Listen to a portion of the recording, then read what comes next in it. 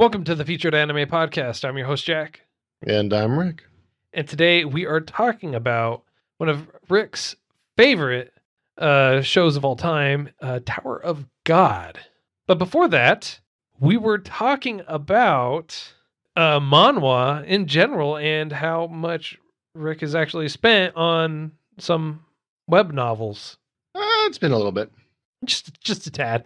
Just a tad. If you want to catch that water conversation, you can join us or get that bonus content at patreon.com/featured anime podcast. $1 a month will get you all that pre-bonus goodness.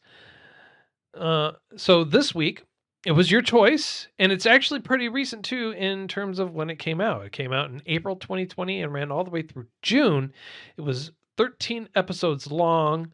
Producers for it were Rialto Entertainment, Sola Entertainment, Naver Webtoons, and I also want to say Crunchyroll as well. And the studio for it was Telecom Animation Film.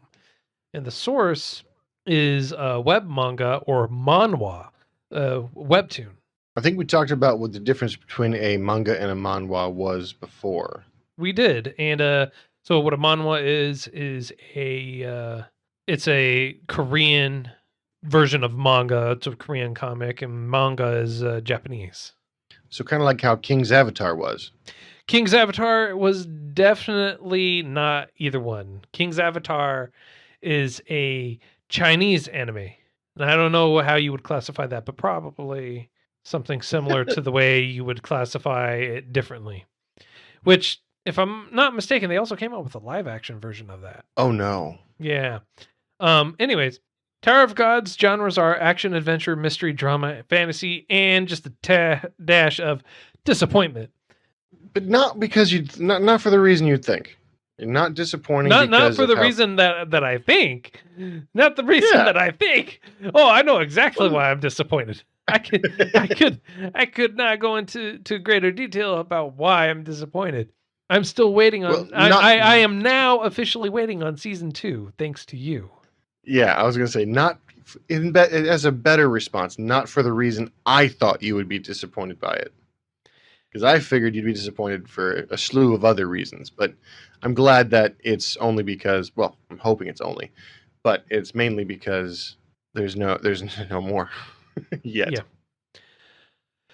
So, you know, here's the thing about this one, right? It's okay. When you start off any show, usually, you have this goal, this point where they need to reach, and something they're striving towards. And I feel like for one of our main protagonists, anyways, Bam, his goal was to reach Rachel, and he reached that goal, I want to say, about halfway through. Fairly quickly, I agree. Considering what it was expected and what actually happened, I assume that's where you're going with it. But usually it takes a full season for stuff like that to happen. But yeah, no, it happened pretty quick. And it's one of the reasons why I find the anime to be a little bit refreshing, because it doesn't take what I assume is going to happen. It doesn't take the conventional route that you would think, Yeah. By any stretch of the imagination. I was not expecting half of the stuff that happened. Pleasantly surprised and happy to be along for the ride, but absolutely not expecting a good chunk of what happened. Yeah, and I know that if I probably went and read the manhwa or the webtoons for it, I would probably not be as disappointed, because if I'm not mistaken, the manhwa is probably still ongoing. Yeah, it is indeed ongoing, and it is actually a few seasons ahead. So I don't know why they stopped, because they've got plenty of material to go on. They could have probably done 3 seasons back to back before running out of decent material.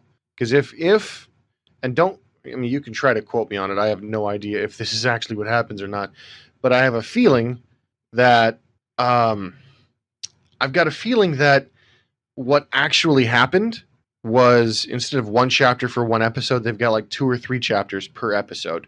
So the fear of potentially running out of material could have been there after like 2 seasons. Certainly not one. Yeah. So, I mean, I know that's what happened with Full Metal Alchemist, which is why we have Full Metal Alchemist Brotherhood.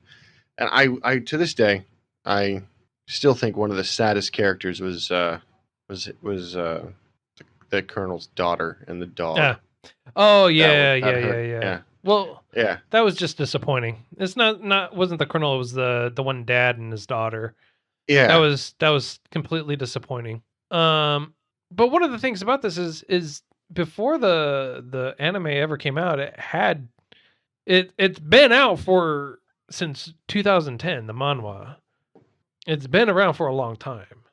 Do you think it just got traction? Because it was one of the first ones I noticed that had the label of Crunchyroll Original, very similar to Strongest High School Student. I think that's what the name of it was. It came out like a season ago. I know what you're talking about. I think it's called God of High School. Yes, that's. I mean, what? That's totally what I said. I'm sure. Yeah. I'm sure it was totally exactly what you specified in great detail. Yes, I know. I'm glad you could pick up on my brainwaves as they were shot through the internet to bring out the appropriate answer from you. But I feel like this was a decent flagship for what I'm hoping to come to expect from Crunchyroll Originals, because they have the ability to pick and choose which anime they'd want to go for. And I just like with Amniplex, you start strong and you've got a good base. You've got a decent, I'm going to say platform, because you can go direct to what you're like, where you're at, Yeah. Like you have an audience who already likes what you're doing. You've put out really good content. I realize there's a lot of stress that comes with that, because once you put out a prime product, you're going to want to at least maintain that. So you got to be a lot more strict with your choices. But at the same time, not really, Yeah. So, yeah. No, I get you 100%. I genuinely do. I feel like they're going to be good regardless. Just because they now, I don't know Crunchyroll from a hole in the wall as far as their business plan and the people that run there. What I do know is I've been here with them since high school, and since throwback, since Dado Boyo was dubbing Bleach, and when they finally took it over to Crunchyroll, and like that's as long as I've been with them, and I've had a count with them for so long.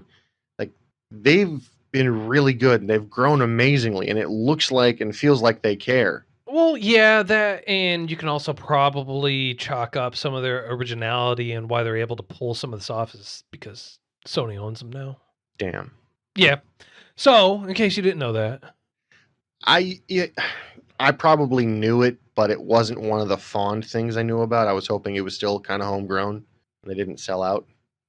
Yeah, no, I mean, I think it's great, especially since a lot of the anime or anime style games, a lot of them really tend to come out on PlayStation. So it only made sense that they, absorbed them or bought them up. I mean, like, it's not like they bought them for a small amount of money. They bought them for over $1 billion from what I remember. Seriously? Oh yeah. Oh yeah. They bought them for an exorbitant amount of money. It was ridiculous. So if they're gonna dump that kind of money into it, they are going to want to get a return of investment in it. So 100%, I agree. But didn't Sony do good? I was gonna say, so it makes sense when they want to try and do something like this, like Tower of God, where it has a really good, really compelling story, even right from the very bat, like how this hooks you in immediately. It helps really convey that information, and so it makes sense that they want to try and have those story driven themes. And this, I would say, probably would translate really well to a game, and not necessarily in the sense that you're going to be playing as Bam or whatever, but more so you'll be a different group that comes years later or years before or anything like that, where they're able to adapt it into that. Like a And gotcha game? yeah, kind of like that, or just an in general MMO style game, you know, where it will be perpetual and you will continually to go up the ranks and then you'll finally reach the top or something like that.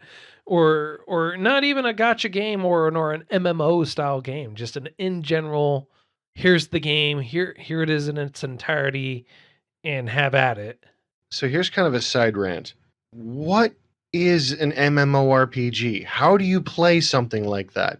There's got like I used to know one of my bosses used to play and sell his account, right? And he would do this often. And it was legal for whatever game he was playing, and he made a bunch of money doing it. I could not understand why someone would want to give up the fun in that. But at the same time, what's the you know how you always read these books and watch these shows and you're like, you're the one, you have this magical one of a kind character, like, for instance, Sword Art Online, the character is special, he was the one with the dual wield. You're never going to get that, or you might not get that ever, if you only play one character in an MMORPG, and people dedicate years to their character. Yeah, but that's just the compelling story side of the story. MMO stands for Massive Multiplayer Online. I just thought it meant like super duper open world, like massive maps. No, it's specifically for multiplayer. Anyways, no. Try to drag you back on track here because you keep going on these tangents. Because I'll have to ask you afterwards then, because I got a question. But the show, it works really well. It hooks you right off the bat, and it sets it up for his ultimate goal, which is to reach Rachel. And like we had just talked about, he completes that probably about halfway through, really, really quick. And then I feel like it starts setting it up for a different new goal after he reaches that. And well, it feels like he didn't have a choice. Well, it's not so much that he didn't have a choice. It's more so it was set up and he was going to do this one goal. And then what ended up happening is that goal ends up changing still. So we still, I feel like, ultimately don't know what his true goal is or what it's going to end up being, because his goal is been changing and evolving all the way through. And he's special. He is. He's special in the sense of he's an irregular. What that means is, in the fashion of that Rachel got absorbed or chosen to climb the tower, the gate chose her. The god of whatever chance was like, you get a shot here. Bam didn't at all, and he kind of forced his way through, and the god of chance was like, wow, you actually made it here. I'm really not supposed to let you here, but you know what? Say what you got, kid. And God of chance? I don't know what he was. He's just the caretaker. He's like I thought he was like a reaper of some kind. No, he's just a guardian in general. He's just a simple guardian chosen by the king, and that's simply it. He's overall the overall guardian of the tower. And here's the thing I didn't get. Here's one of the problems that I have. He says Hideon is the guy that was talking about it. That says that Bam was or Bam just came in of his own volition. He forced the door open, is what makes him a irregular. An irregular, yeah. Rachel says that she was chosen, like the tower called to her. Uh-huh. His response was, the tower did not call you. So you think the tower called Bam and she just walked in? Probably. It could be that happened that way too, where the tower was like, hey, I know the general vicinity and it's too close to call, so I'm going to open up and the first person with the greatest desire will show up. And then maybe the thing revolves around desire. Maybe she was close enough to him, and his compatibility for the gate was such that the gate was confused, saw a great desire for it, and someone compatible opened up and chose the wrong person.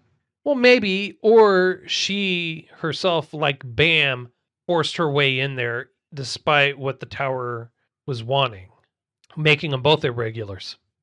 But the way the story is going, that makes absolutely no sense. Well, it does make sense because she wasn't brought there by him, by Hideon, and she was also told that she wasn't, uh, chosen by the tower or anything like that. That she just was forced. She forced her way in there, in a manner of speaking. So what makes an irregular special, The according to fact, what we know? according to what we know, what makes an irregular special is the fact that they were not brought there or invited there. That they forced themselves into the tower. Okay, and what makes them dangerous? The fact that they were not invited to the tower, that they were forced in there, that they So what I disrupt and cause chaos to the general vicinity, which you could argue she does.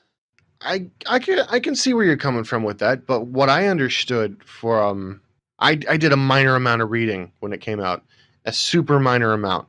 I didn't read any of the mangas, but I did watch a few people do like deep dives and stuff like that.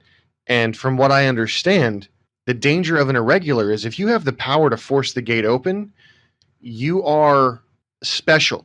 The leader, the people who have made it to the highest realms, the highest levels, if you will, of this the Tower of God, they were all irregulars. They were all irregular. They forced their way in. The tower did not choose them, and that's why they were able to get there because their power was vast and untapped and surprising.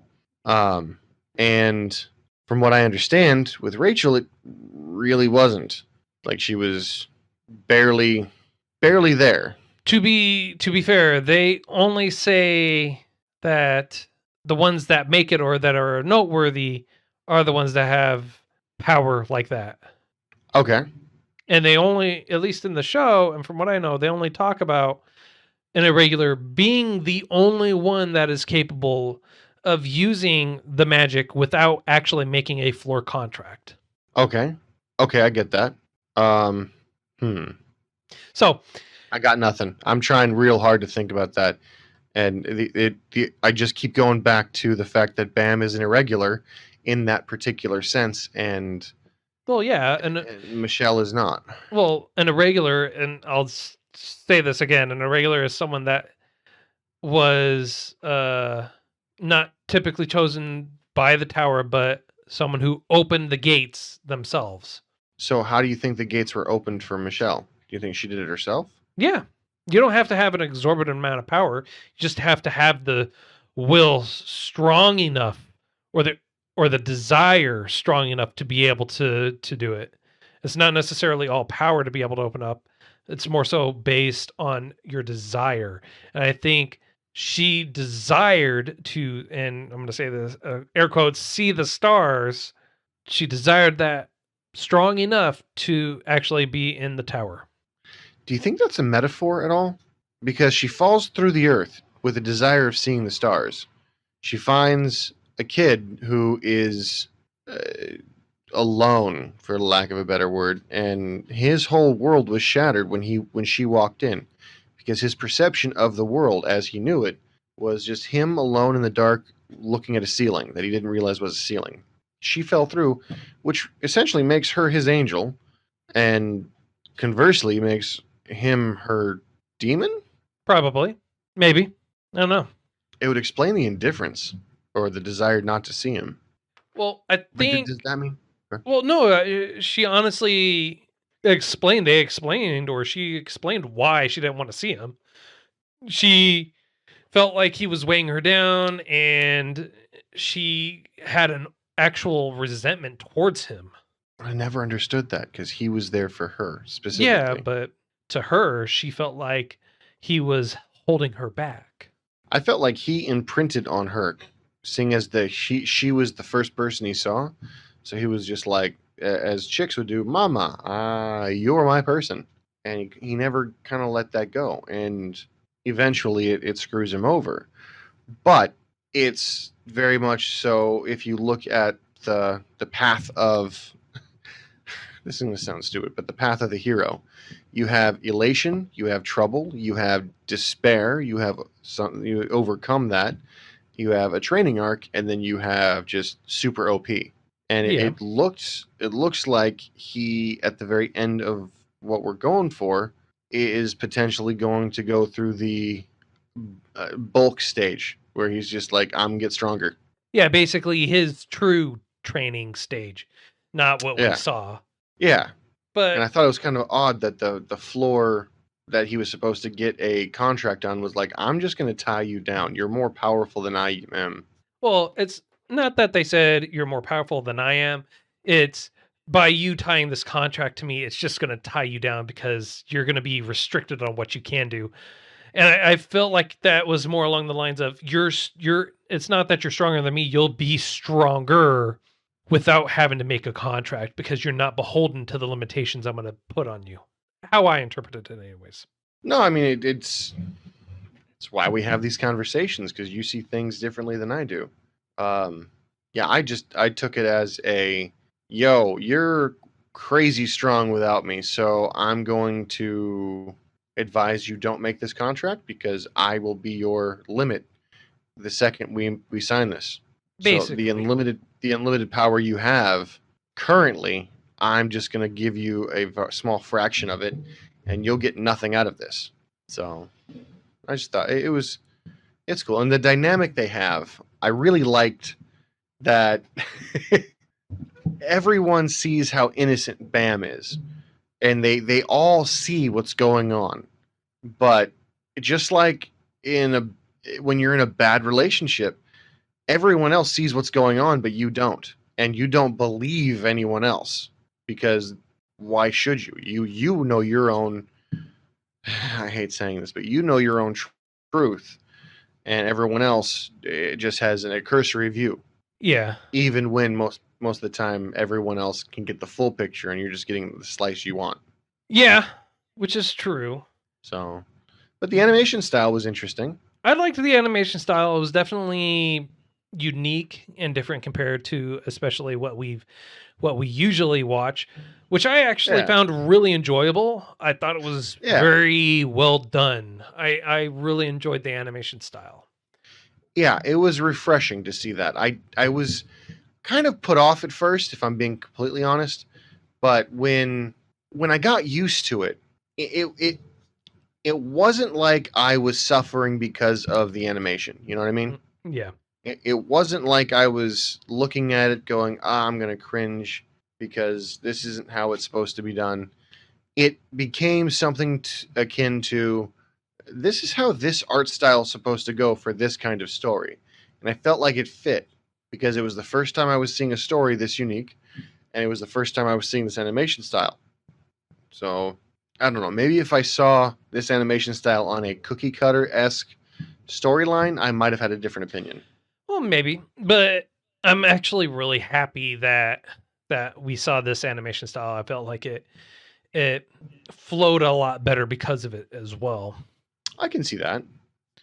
I really liked it. Now, not too often do I say this. I don't think I've actually said it yet, but I really liked the dynamic between our main characters. We have, Yeah, they complemented each other greatly. and not in the I need this to fill a party member slot. Even though that's Kind of, kind of like how it kind of fell together, yeah, but that's not the dynamic it played. So you have like this beast guy Rack, and then you have another guy, Coon and Bam, and they're teammates. And Bam is actually warned about Coon not to trust him. And then you have Rack, who just wants to battle people with strong weapons because, quote unquote, that's how you get stronger. he's not wrong. But Kuhn was listed as untrustworthy because he didn't want to fight. Not because he's untrustworthy, but because he didn't want to break his own moral code. There's like some things that came up in the past for him, or that he was driven out of his family because he had, I think they said something along the lines of like he stole something, or along those lines, or he he had done something to break their trust, basically. Yeah, he was supposed to, I think it's so convoluted because depending on which side you take, he is a coward who wouldn't fight for love, if you will, or he was someone who didn't live up to his family name because he also, again, did not fight for love. Yeah. Like, there's a girl he loved who betrayed him and made him look like a fool.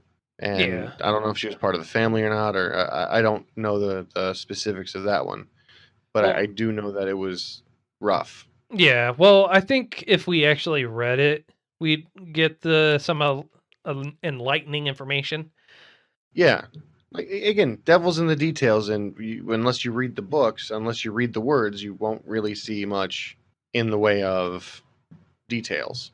Yeah. Extra details, I should say. I think anime goes with the bare bones. What do we need to show here? Once we got that out of the way, what can we show here? Kind of thing, you know? Yeah. Yeah. No, I get you. I get you 100% there. So, All right. Well, I think this is actually a great spot for a rating, sir. So on a scale of up to 10, how would you rate this? I'm going to rate this as unfinished. Rated as a 1. Gotcha. No, I recommend this to anybody who likes anime, who wants to see something new. I would rate it as an 8.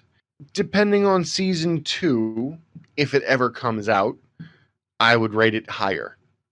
But it's not a completed work, and I have a feeling this 8 will, I would say, affect my rating for the second season when I see it, because I'm hoping to God I live long enough to see it. Okay. Any reasons why for the 2-point deduction? Yeah. You don't stop a season, you don't stop an anime right when you're about to get badass. You don't. Exactly. And for that reason, along with several others, being that there's too many questions that I have, like what's the real deal with Kun? Why is Rachel even there? What the hell is going on? Why is all this happening? For that reason, I'm going with a 7. Okay. But why the 3-point deduction? No, I'm kidding. Because I absolutely hate open endings. I would go lower, but it was actually entertaining. So I'm happy and I'm sad that I actually watched it. I am happy that I watched it and I'm sad that I watched it because it is open ended. Yeah. That's the only bad part. That's the only bad part. Because they end with the guy who's going to train him going, I can make you stronger than the rest. Let's go. Okay. End. Yeah. What? And I seriously hope we're not going to get like a return of Bam, like season 2, and he's just yoked, just straight up overpowered and just flicking things away. And he's like, my understanding is so superior. Why not? Why not? Because I want to see it happen. No. I want to see the failures. I want to see the succeeds. I want having someone OP isn't good to watch. Yeah, it is. You would get bored. Would you want to throw Superman in here? Yes. Let me tell you why watching someone being OP would be great to watch. Let me just bring this to your attention. One Punch Man. See, that's not fair. That's not because One Punch Man is awesome and amazing, and I love what they do when they do it. But like it's 90% jokes and satire, and it's known. And you go in there with an expectation of it just being whatever. My point has been made, sir. No. Because they could totally go with that route if they wanted to, and they could still tie it in beautifully. It would be done great, sir, if you give it the opportunity. They would have to change literally the whole tempo. Because you're looking at it as drama, solution, drama, solution, drama. Hey, there's nothing wrong with that. All right. They could mix in some comedy into it, and they did try to mix in some comedy into it. It wasn't all drama and solution. What you are suggesting, sir, and this is kind of obscure, but what you are suggesting is the golden Bidoof shows up and is like, "You want to see stars? Kaboof! There's the top of the tower broken off. Here are some stars." You're just jealous because I thought of it, sir. That's all it is. You're just jealous because I thought of it. I don't know. I don't know. Maybe. All right. All right. All right. All right. So next week is my choice. It is, and we already talked about how it's going to be like a 20-minute movie, and I don't know how you're gonna. No. It's going to be 12 episodes long. It's a fantasy romance drama sojo, and it's called Snow White with the Red Hair. What? Yeah, it's called Snow White with the Red Hair. Okay. All right. Well, and with that, I feel like this is a great spot to leave off. I agree. All right. Well, if you enjoyed this week's choice, or if you feel like we missed something, didn't do it justice, did it too much justice, missed anything and everything, or you want to enlighten us with some more knowledge, or if you want to help convince Rick that going the One Punch Man route for Tower of God would be killer, then please feel free to reach out to us, featuredanimepodcast@gmail.com, at Those Anime Guys on Twitter, Featured Anime Podcast on Facebook, or if you want to buy some merch, store.featuredanimepodcast.com. And if you want to get some of the pre and post content that we usually talk about, last week we actually went into more details about the ending for King of Thorn. That's available to our patrons starting at the $1 level. Patreon.com/featuredanimepodcast. And until next time, I'm Jack. I'm Rick, and hopefully we can show you the stars. We'll see you next time.